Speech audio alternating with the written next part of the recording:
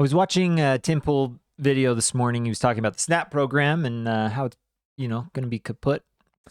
Trump administration will require SNAP participants to reapply for benefits. So I was really curious about this and wanted to learn. This article was actually a few days ago, and after the whole government shutdown, the fiasco around SNAP and everything, I'm actually really excited for these changes that are coming. The Trump administration will require millions of low-income people to reapply for food stamps as part of the effort to crack down on fraud, Agricultural Secretary Brooke Rollins said. I love how they have fraud in quotes, as if she said it. I mean, she did imply all that they said, but I don't know. I love when they're someone said fraud. Rollins told Newsmax on Thursday that she plans to have everyone reapply for their benefits, make sure that everyone that's taking a taxpayer-funded benefit through food stamps, that they literally are vulnerable and they can't survive without it. So the way I see it is food stamps can be broken up, or those that take or are using food stamps can be broken up into three categories. You have outright blatant fraud, so individuals who are dead and still accepting Social Security or and also SNAP.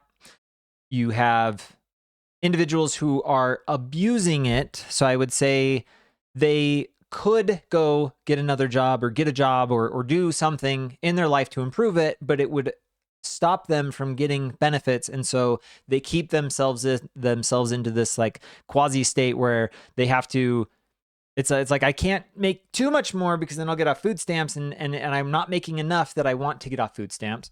And I think there's ways to control for that. And then there's those that have fallen upon hard times. They are, as it says here, vulnerable, and they couldn't survive without it.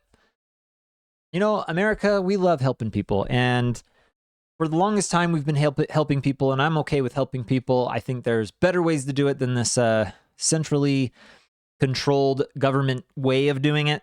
But here we are. So she did not provide further information on when or how people would need to reapply. Her comment comes after funds for the Supplemental Nutritional Assistance Program, SNAP, ran out of federal funding during the government shutdown, leading many conservative pundits and even President Donald Trump to criticize just how much the government spends on food stamps. SNAP, which serves nearly 42 million Americans, costs roughly $100 billion in fiscal year 2024. $100 billion a year. And more importantly, this is 42 million Americans. This is just under a seventh. 1 in 8 people in this country are on food stamps. 1 in 8. That is insane. SNAP fraud can occur when participants intentionally lie about their qualifications for their program. Retailers exchange benefit for cash, or criminals skim EBT cards for benefits, per USDA's Food and Nutritional Service. But anti-hunger groups say there's not nearly as much fraud as the Trump administration alleges, and note that SNAP only issues about $6 in benefits to the average participant. I think it's so funny that they're like, well, there's not that much fraud. There's still fraud. Who cares how much fraud there is? There is fraud. Should fraud not be removed? And more importantly, I think the thing that they're not including is, again, that middle group that I gave, individuals who are abusing the program. They kind of need it, but they don't need as much as they're probably receiving. And there's if it's supplemental, there should be a grade to it. The more you make with money, the less you receive, but it's not a complete cutoff. That would make more sense than what's happening now. There are individuals who, again, it should be supplemental, nutritional, and a lot of the times it's not even nutritional. And that's part of the issue that really gets me frustrated is there are individuals, I think soda is the most purchased item from SNAP. It holds the plurality of the amount of money that goes to one thing. The plurality goes to soda. That is insane to me that these people can just buy a sugary drink. And I'm I drink my sugary drink every now and then. I shouldn't, and I probably should stop, but I worked for it.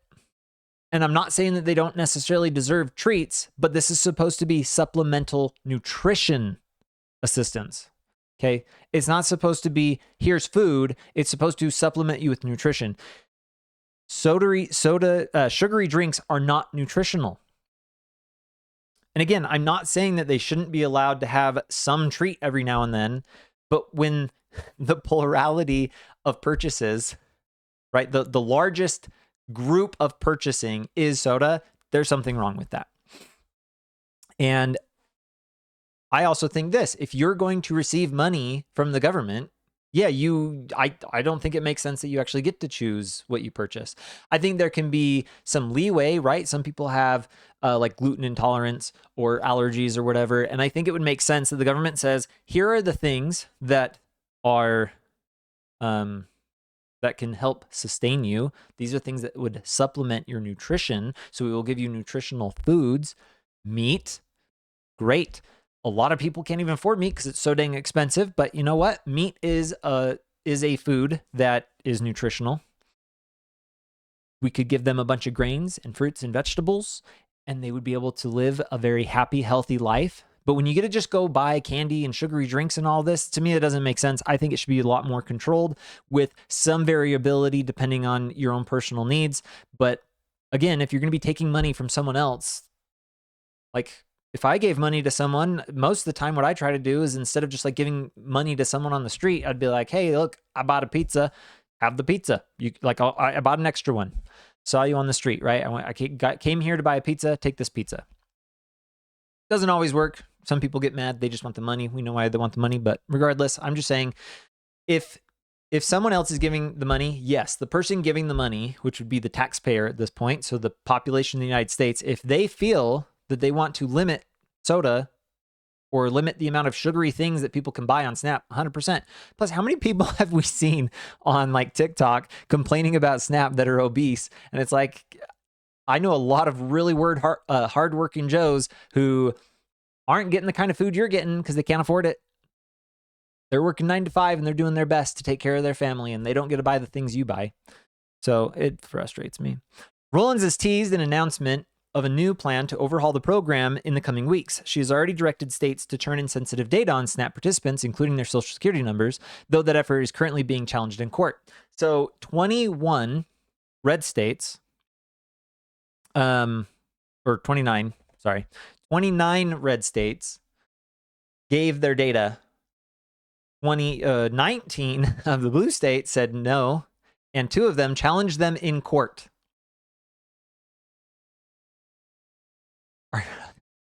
Our government, our situation in America, everything's broken.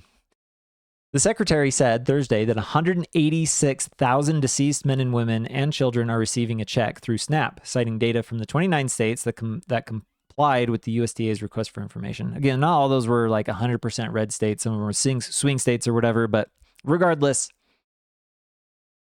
you can see that there is a clear divide between the groups that are actually trying to solve the problem of the budget and individuals who are trying to solve the problem of wanting more stuff. So here we are. And so 186,000, honestly, it's funny because like from a percentage standpoint, you would assume that like there'd be less if you were to apply the populations of the states evenly, but generally like the 2 biggest states, New York, California, as a population, they've got so much population, they count for a few of the states. So this number is probably vastly larger than just doubling it for the remaining states that didn't turn in their data. That to me is very concerning. Federal officials and GOP lawmakers have been determined to show they're taking wasteful spending seriously after months of work to reduce spending through DOGE. The One Big Beautiful Bill Act, signed into law in July, implemented $186 billion slash to SNAP spending and included new work requirements and other restrictions on who receives benefits, the biggest overhaul of the food aid program to date. People keep talking about SNAP, but SNAP is supposed to be if you're down and out, Trump said Monday on Fox News. The number is many times what it should be. It really puts the country in jeopardy. People that need it have to get it. I'm all for it, Trump added, but people who are able-bodied can do a job. They leave their job because they figure they can pick this up. It's easier. That's not the purpose of it. So that's my point. There are individuals who are abusing it. I see 3 different, and you could say the abusers are also fraudsters. Sure. I'm going to clarify the 3 because I think it helps for the conversation. There are individuals who are receiving benefits and that social security number says that they are deceased. There are here, individuals who are stealing benefits by swiping and skimming EBT cards, and we have to replace them fraudulently, or we're replacing fraudulent claims, I'm saying, which is an extra measure of money that has to come out of the coffers, because this $102 million just from Q1, which would be October to December, for Q1 of fiscal year 25, $102 extra million had to go just because of fraud. That implies that the individuals who are deceased, that number is going to be a lot larger, and I would love to see that data when it comes out. So I don't know. I'm very concerned. We have a debt that is larger than our GDP, and as much as I want to take care of people, and I think we should do our part to take care of people, and to be honest, this SNAP program is kind of one of the smaller things that we do. The two biggest issues in America is the healthcare and Social Security. And I'm sorry, but those on Social Security, I don't think they're not gonna willingly just give it up because they're at the end of their days. And I think they're hoping that their Social Security won't fail until after they're gone. I think that's the hope, because everyone knows Social Security is gonna fail, because the problem is we already own $1 trillion in interest. We have to pay $1 trillion just in interest to pay off our debt. That is how so far in debt we are. And part of the issue is we have our budget, and I was so grateful when the government was shut down because we, quote unquote, balanced the budget. Now, that balance didn't mean that we weren't paying off debt, but there was enough of a surplus to actually pay off the debt when the government was shut down. We've got a spending problem, and to me, it is absolutely insane that we keep just spending more and more money. And that's what concerns me the most with all of this, even with SNAP, is sooner or later, especially the people that are abusing the situation, they're leading to the demise of the whole. Okay, we are a community, we are a society, and here's my take. SNAP should not exist. It shouldn't. States, if they choose, should have their own running system to replace SNAP. It should not be done federally. My personal opinion is I think states shouldn't do it either. We should leave it to the private world, charities, churches, private individuals. There are enough people. I think Americans are very kind, very caring, especially for those of their own, and we need to take care of our communities. But the problem is we've offloaded it all to the government. And so the way I see it is fraud. The bigger it gets, the easier it is to do fraud, right? If you're doing it on a local, like let's just say churches as a good example, I'm going to look at Bill down the street and be like, dude, I know you just lost your job. Hey, the church that I'm a part of, they can help take care of you. Why don't you come?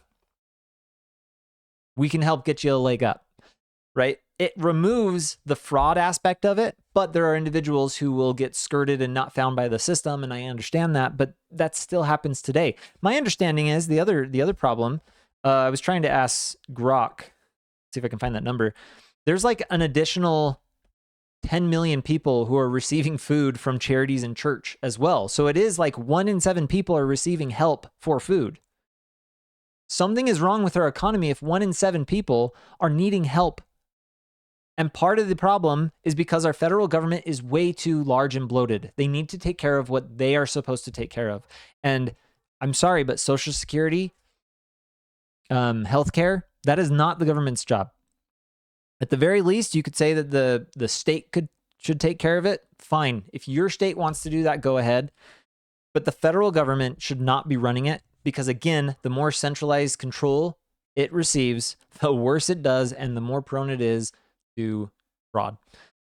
So I'm going to leave it there. Let me know if you disagree with anything I've said. Leave it in the comments. Like this video, subscribe. If you happen to know somebody, if you're not an introvert sitting in your basement wishing that someone would do something in this country and you're like, whoa, I like this guy, I'm going to watch his video. If you're not that person, but you actually know people and you get out, please share this video. It'll help if you agree with what I do. And, if you don't agree with what I do, share this video with your friends so you can all make fun of me. It would help out a lot. And until next time.